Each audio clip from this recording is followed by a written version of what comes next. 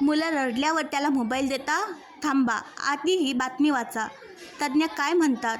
होऊ शकते मोठे नुकसान. हल्ली मुलं रडायला लागले की त्यांच्या हातात पालक मोबाईल देतात. पुढच्या क्षणाला रडणार बाळ त्या मोबाईलमध्ये गुंग होऊन जातं.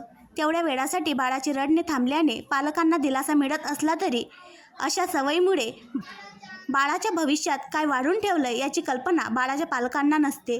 मात्र याचे घातक परिणाम आता समोर येऊ लागले असून नकळत्या वयात मुलांना मातृभाषेचा विसर पडणे, मानसिक आणि शारीरिक विकास थांबणे, सामाजिक आणि कौटुंबिक भावना न समजणे असे विपरीत परिणाम मुलांवर होत आहेत. त्यामुळे लहान मुलांना मोबाईलच्या अतिरिक्त वापरावर कंट्रोलच हवा असा सल्ला बालरोगतज्ज्ञ देत आहेत. बाळ रडायला लागले की ते शांत व्हावे म्हणून त्याच्या हातात मोबाईल दिला जातो. मात्र हाच मोबाईल अनेक मुलांचे आयुष्य उद्ध्वस्त करतो आहे.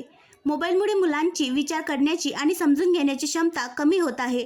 ते रील्समधून मातृभाषेऐवजी चीनी, जपानी व अन्य भाषा शिकत आहेत. डॉक्टर आता रीलच्या भाषेतून त्यांच्याशी संवाद साधण्याचा प्रयत्न करत आहेत. जास्त स्क्रीन टाईम झाल्याने मुले ऑटिझम या घातक आजाराला बळी पडत असल्याचे तज्ज्ञांचे म्हणणे आहे.